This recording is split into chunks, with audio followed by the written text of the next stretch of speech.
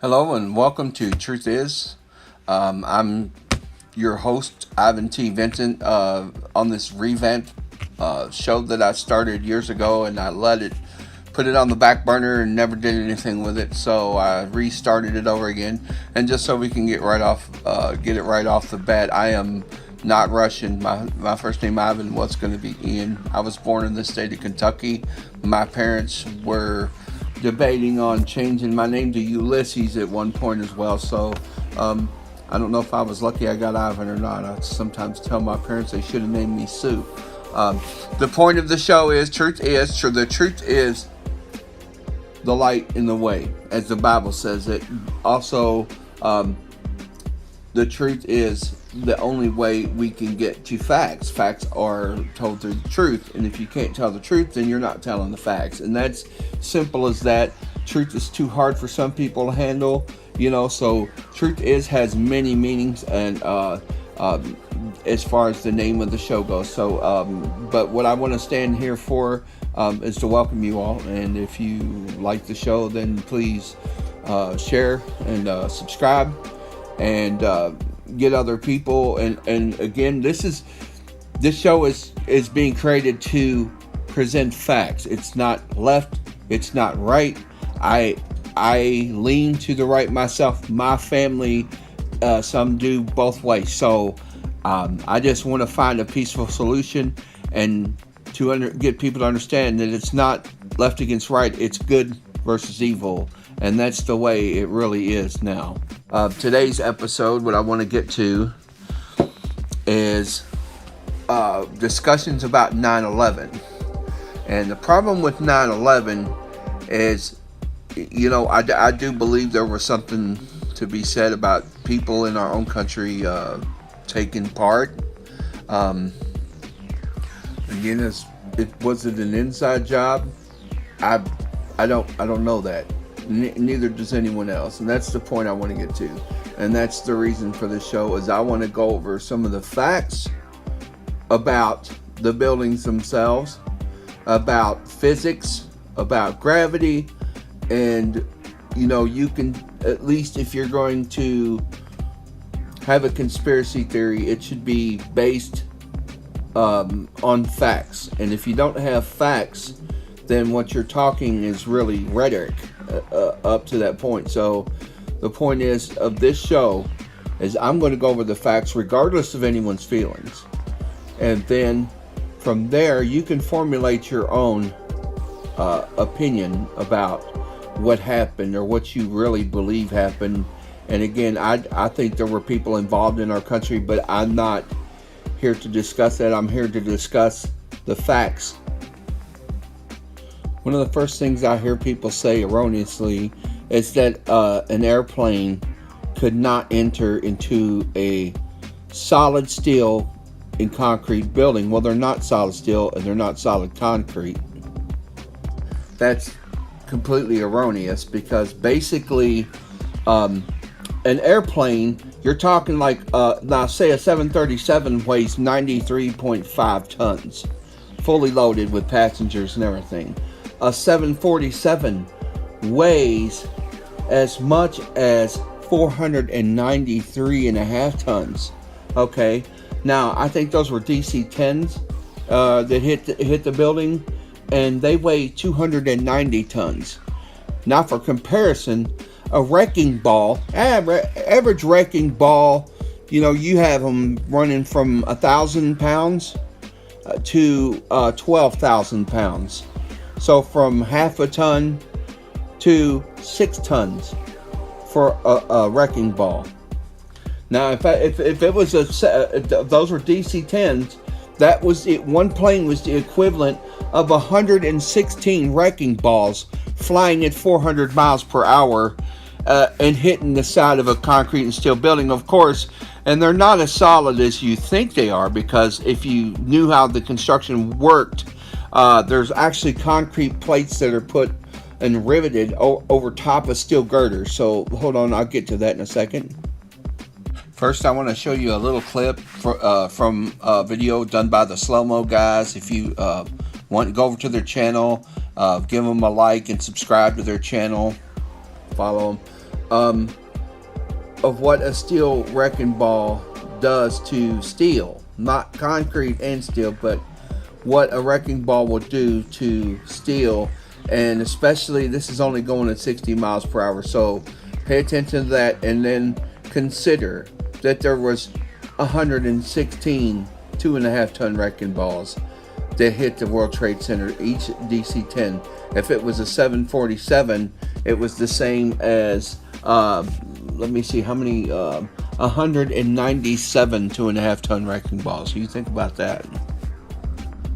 Now imagine that these wrecking balls were only dropped and reached only 60 miles per hour. So you consider, now everybody keeps saying, oh, those planes disappear, why isn't there any pieces left? Well, they were going 400 miles per hour. That's what a wrecking ball does to a car at 60 miles an hour. Now take 116 of them and do that and see if you find anything of the car. I mean, you might, of course you're going to find pieces of it, but it was blown into the inside of a building and then burned as well. So the chances of you finding very much of the car is going to be slim to none, So again, that argument kind of resolved there. Just another little quick story I'm going to throw in here years ago, which kind of confirms this. Years ago, there was a report of all these marks on the road, and the police went and found these marks on the road, and what it was someone's tires had literally melted off of their car. The guy ended up winning the Darwin of the Year award because what happened was he had attached JATO rockets to his car and went down the road, and it melted his tires off, and the car went airborne and into the side of the cliff, and they literally could find nothing left of the car or the guy, and they had to pull his teeth out of the side of the cliff to identify him. So that's another example of what happens when a car is going too fast, or any metal vehicle that's not solid. It's going to disintegrate if it's going fast enough. Now, the next common misconception is that jet fuel cannot get hot enough to melt steel. Well, it can. It just depends on how you burn it, and if it's in a jet. The problem is it wasn't in the jet when it was burning in the building, but at that height, altitude, there are high winds that blow through the building, so they could have in essence heated it up, and it doesn't. And if you see here the charts, it can reach 2,500 degrees. On average, it reaches over 1,000 degrees to 1,800 degrees Fahrenheit. And if you know anything about steel, of course I do, because I'm a blacksmith, and my father used to build buildings. So between the two of us, I have enough knowledge of how buildings are built and what they had to go through to put one together, and how they rivet the plates into place. The melting point of steel is, if you see low carbon is 2,500 degrees, high carbon is 26. Blacksmiths work steel at much cooler temperatures, and we don't want to heat it up till it's melting. If you look at this chart, we usually keep it around 2,000 or a little under, usually, or around about, but we usually try not to go over that because of the steel itself. If you melt the steel, you're going to ruin whatever you're making, sword, whatever. The highest temperature melting point of anything is tungsten. As you can see, 6,098 degrees to melt tungsten. And then you can look at some of the various melting points of other elements that they put in steel. Sometimes they harden it. Chromium is one of them. Nickel's another, and it causes the steel to be harder, and it takes a lot more heat to melt it.